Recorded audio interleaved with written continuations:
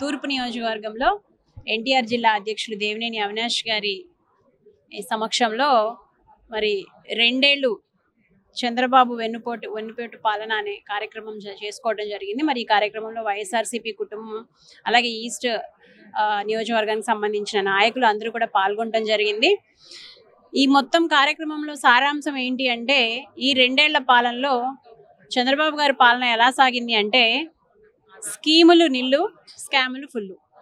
స్కీములు సంక్షేమం ఏమి, మహిళలకి సంక్షేమం అన్నారు, అది సున్నా. అలాగే మరి పిల్లలకి సంక్షేమం అన్నారు, అది సున్నా.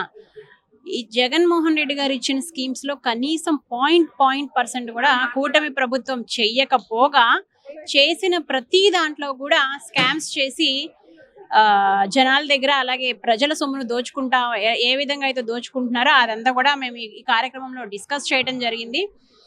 చిన్నపిల్లలకి విద్యా కానుక కిట్లు కూడా ఇవ్వలేమంటున్నారు, కానీ నెల రోజుల్లో 30 రోజులు ఏదైతే మరి పవన్ కళ్యాణ్ గారు, చంద్రబాబు గారు అలాగే మరి లోకేష్ గారు ఫ్లైట్లో అయితే తిరుగుతున్నారు. మరి కనీసం వాటికి దుబారా ఖర్చులు చేస్తున్నారు, కానీ మరి పిల్లలకి స్కీములు అనేది తీసేస్తా ఉన్నారు. ఇదే విధంగా ఇంకో 3 ఏళ్ళు కూడా నిండి రాబోయే రోజుల్లో 2029లో జగన్మోహన్ రెడ్డి గారు మళ్ళీ రాష్ట్రానికి సీఎంగా కావాలని చెప్పి ఆంధ్రప్రదేశ్ ప్రజలు కోరుకుంటున్నారు. లోకేష్ గారు వైజాగ్ లో జరగగానే వెంటనే యాక్షన్ తీసుకున్నారు. ఎవరైతే అయ్యారో దానికి కూడా మీరు ఎందుకు అలా రియాక్ట్ అవుతున్నారు?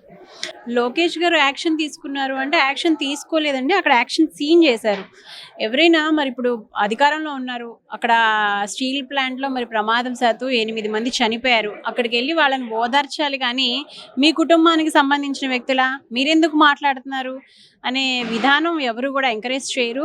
జగన్మోహన్ రెడ్డి గారు మరి అధికారంలో ఉన్నప్పుడు సమస్యల్ని ఎలా పరిష్కరిస్తారు, అలాగే మరి ప్రతిపక్షంలో ఉన్నప్పుడు ఎలా ఓదారుస్తారు అనేది కనీసం మా జగన్మోహన్ రెడ్డి గారిని చూసన్నా నేర్చుకోవాలని సకల విధ్వంస శాఖ మంత్రి అయినటువంటి లోకేష్ గారిని మేము ఒకసారి కోరుతున్నాము. కనీసం మీరు పాలన ఎలాగూ రాదు మీకు. చిన్నపిల్లల్ని మీరు ఒక విద్యాశాఖ మంత్రిగా ఉన్నారు, ఐటీ మంత్రిగా ఉన్నారు, విద్యాశాఖ మంత్రిగా ఉండి మీరు విఫలమయ్యారు. మీ శాఖలో జరుగుతున్న అవకతవకలకి మీరే కారణం. డిఎస్సి కానివ్వండి, ఇప్పుడు ఏదైతే విద్యా సంస్థలో ఎదురవుతున్న వైఫల్యాలు కానివ్వండి, ఏదైతే చిన్నపిల్లలకి ఇవ్వాల్సిన విద్యా కానుక కిట్లు ఎగ్గొట్టడం కానివ్వండి, అలాగే మరి ఫీజు రియంబర్స్మెంట్, ఇవన్నీ కూడా మీ శాఖకు సంబంధించినవి.